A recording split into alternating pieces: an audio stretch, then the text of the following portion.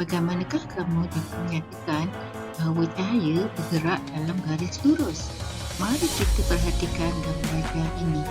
Pada gambar rajah A, didapati 3 kadbord telah disusul secara selari dan mata kamu dapat melihat cahaya lilin. Bagaimanapun, pada gambar rajah B, apabila kadbord B digerakkan sedikit ke tepi, kamu tidak dapat lagi melihat cahaya lilin. Ini membuktikan bahawa cahaya bergerak dalam garis lurus. Jawab soalan berikut. Bagaimanakah susunan lubang pada kadbord yang membolehkan kita melihat cahaya lilin? Berdasarkan aktiviti ini juga, apakah yang dapat kamu nyatakan tentang cara cahaya bergerak? Ini ialah beberapa contoh situasi yang menunjukkan bahawa cahaya bergerak lurus. Cuba kamu nyatakan semula apakah contoh situasi ini. Adakah terdapat contoh situasi yang boleh membuktikan bahawa cahaya bergerak lurus yang lain? Cuba kamu nyatakan. Baiklah, sekarang kamu perlu ikuti video ini.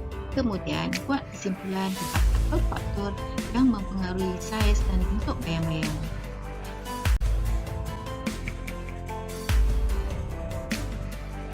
Michael dan keluarganya berada di ruang tamu. Michael dan adiknya ingin membuat satu pertunjukan ringkas kepada ibu bapa mereka. Mereka mematikan lampu dan adiknya mengarahkan lampu suluh ke dinding. Apabila Michael berdiri di hadapan cahaya lampu suluh tersebut, satu imej yang besar lagi gelap muncul di belakangnya. Dia mula membuat bentuk haiwan yang berbeza dengan menggunakan tangannya. Ibu dan bapanya gembira dengan persembahannya itu. Adakah anda tahu apakah nama imej gelap itu dan bagaimana ia terbentuk? Imej berbentuk gelap itu dipanggil bayang-bayang. Bayang-bayang terbentuk apabila satu objek legap menghalang cahaya dari sumber. Objek legap tidak membenarkan cahaya melaluinya. Contoh objek legap adalah badan kita. Cahaya tidak boleh melalui tangan kita. Oleh itu, bayang-bayang terbentuk. Bayang-bayang boleh bertukar saiz. Ini boleh dipengaruhi oleh jarak di antara objek dan sumber cahaya. Apabila sumber cahaya lebih dekat dengan objek, saiz bayang-bayang bertambah. Apabila sumber cahaya lebih jauh dari objek, saiz bayang-bayang berkurang. Faktor lain yang boleh memberi kesan kepada saiz bayang-bayang adalah jarak di antara objek dan skrin. Apabila objek lebih dekat dengan skrin, saiz bayang-bayang berkurang. Apabila objek lebih jauh dari skrin, saiz bayang-bayang bertambah. Bukan sahaja saiz bayang-bayang yang berubah tetapi juga bentuknya. Bentuk bayang-bayang dipengaruhi oleh kedudukan cahaya dan kedudukan objek. Bayang-bayang boleh menjadi panjang, kurus, pendek dan gemuk.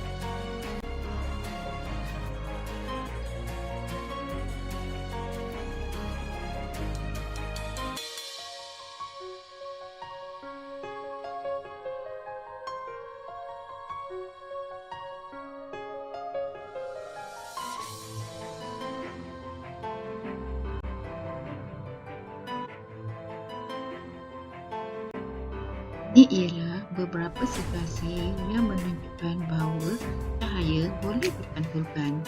Cahaya yang menyinari kamu ketika kamu melihat cermin sebenarnya dipantulkan ke arah cermin dan cermin itu pula akan memantulkan imej kamu ke arah mata kamu. Oleh itu, kamu dapat melihat imej kamu pada cermin. Imej rusa sedang minum air pula terbentuk pada permukaan air. Ini kerana permukaan air adalah permukaan yang berkilau. Imej cawan juga terbentuk pada permukaan logam yang berkilau.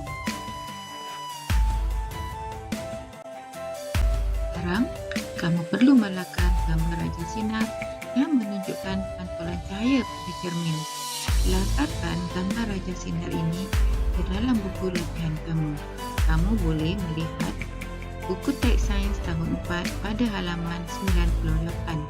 Tugasan ini perlu kamu lengkapkan sebelum sesi PDP bersemuka kita yang akan datang.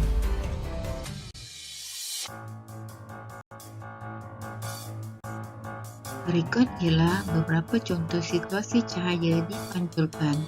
Cuba kamu nyatakan semula apakah contoh-contoh situasi ini.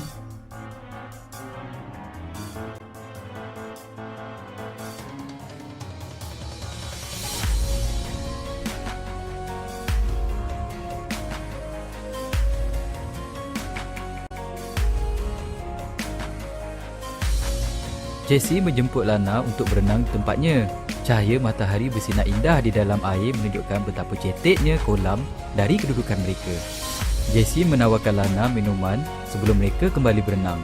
Lana melihat ke dalam gelas minuman. Dia mendapati bahawa penyedup minuman kelihatan bengkok. Mengapakah kolam kelihatan lebih cetek dari kedalaman sebenarnya? Dan mengapakah penyedup minuman di dalam minuman Lana kelihatan bengkok? Kita tahu bahawa cahaya boleh menerusi objek duk sinar. Cahaya boleh menerusi gas seperti udara.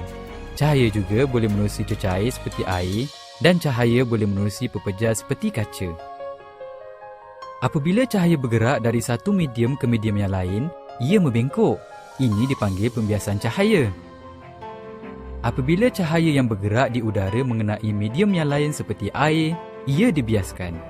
Perkara yang sama berlaku apabila cahaya yang bergerak di udara mengenai suatu kaca. Pembiasan berlaku. Contoh yang menunjukkan bahawa cahaya boleh dibiaskan adalah pembengkokan cahaya oleh penyedup minuman di dalam air minuman, kolam yang kelihatan lebih cetek daripada kedalaman sebenarnya, serta badan Jessie dan Lana yang kelihatan lebih besar apabila mereka berada di dalam kolam renang.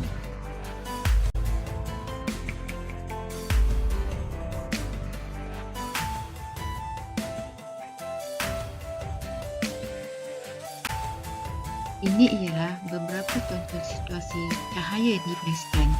Pelangi terbentuk apabila cahaya matahari terkena pada tepisan air hujan. Cahaya matahari akan dibiaskan dan membentuk pelangi. Bagaimanakah pula dengan lampu solar botol plastik dan fungsi hantar pembesar? Cari maklumat dan perihalkan situasi tersebut. Cahaya sangat penting dalam kehidupan manusia. Sekiranya cahaya tidak bergerak lurus, tidak boleh dipantulkan dan tidak dapat dibiaskan, apakah yang mungkin berlaku? Cuba perhatikan situasi ini dan bincangkan.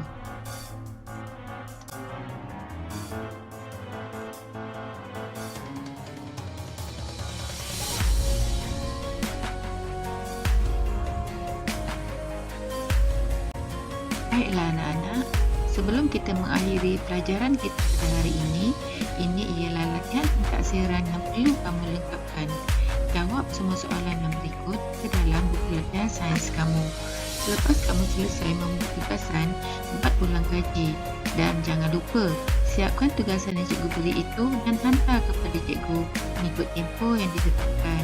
Terima kasih ya anak-anak, jaga diri dan semoga kita berjumpa lagi.